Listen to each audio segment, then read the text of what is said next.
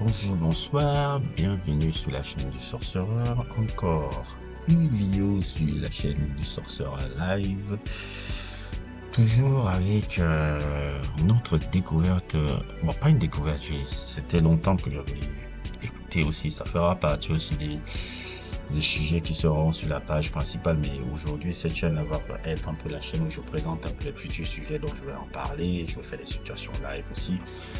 Et aujourd'hui dans le Sorcerer Live et tout, on va parler un peu de l'artiste Leila.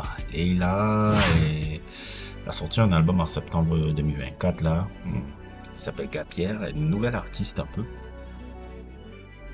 J'ai l'impression qu'elle est née à... Comment on appelle ça? Elle est née à Brooklyn ou quelque chose comme ça. Et sa musique est très très très année. Comment je l'ai découvert même? Ah oui, c'était à un moment donné, il y a cet artiste là qui tourne un peu à New York là, qui fait une sorte de drill R&B là, très pas très ouf et tout, qui est un peu malin là. Il s'appelle Cash Cobain. Je l'ai découvert dans une story de quelqu'un que je stalk là. Et ce gars-là, j'étais en train de regarder parce que je remarquais qu'il est très doué à. C'est parce qu'il fait de la production aussi. J'ai remarqué qu'il est très doué à sampler. Il a une très grande culture sur le R&B et la soul music. Il sample ça et il mêle avec des drums, des preuves de drums. J'ai remarqué ça un peu avec le personnage. Je me suis dit, oh, il y a un son qui tournait là, qu'il avait samplé là. Il avait samplé justement le Not My Problem là, que vous entendez en fond là. Et le moment où j'ai entendu ça, j'ai dit, oh, c'est qui c'est le personne là, Leila? Je vois un album qu'elle a, je dis, oh, ok, je vais chercher, je vais regarder Spotify. Et l'album m'a également surpris, hein. C'est, on va dire, un peu alternatif hip-hop R&B. Elle a juste, quoi, 17-18 ans, elle est née en 2006. Et un autre fait qui m'a choqué, j'ai découvert que c'est la fille de Yazin B, a.k.a. anciennement Mos Def. Et wow! En plus, elle fait de la musique comme ça. Un album très bien, très très bien. Elle a même participé au Festival des Talents des Créateurs, un peu le Camp Nog Vlog là, de novembre. Là. Elle était parmi les artistes aussi qui étaient dans la line-up un peu. Et ça a été vraiment une belle surprise et tout. En plus, elle a produit entièrement tout seul l'album. C'est une autre belle découverte. Une autre très belle découverte un peu de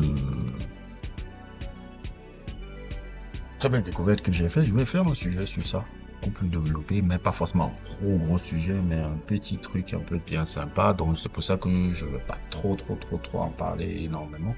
Mais en tout cas, c'est un peu ma présentation un peu de l'artiste, un peu Leila et tout. Elle a l'air un peu, on va voir son évolution dans le temps. On va voir où elle va aller, on va voir comment son évolution artistique va être et tout, c'est au tout début et tout. Je compare un peu son album là. Bon, c'est des comparaisons, pas forcément musicales ou en disant qu'il y a des similarités musicales, mais ça me fait penser un peu quand Prince avait sorti son premier album là, For You. C'est-à-dire, je ne parle pas forcément sur mes similarités musicales, mais voir une jeune, très jeune comme ça, de 16 ans, comme ça, parce que Prince c'est à 16 ans qu'il avait fait son premier album. Et après, il en a. C'était entièrement produit par lui et tout.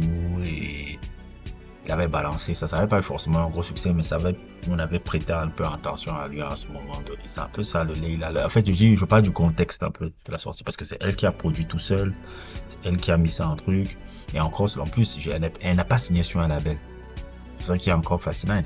Je vois qu'elle n'est pas signée sur un label et tout. En tout cas, c'est intéressant. Je suis content que voir que Yazin B est là.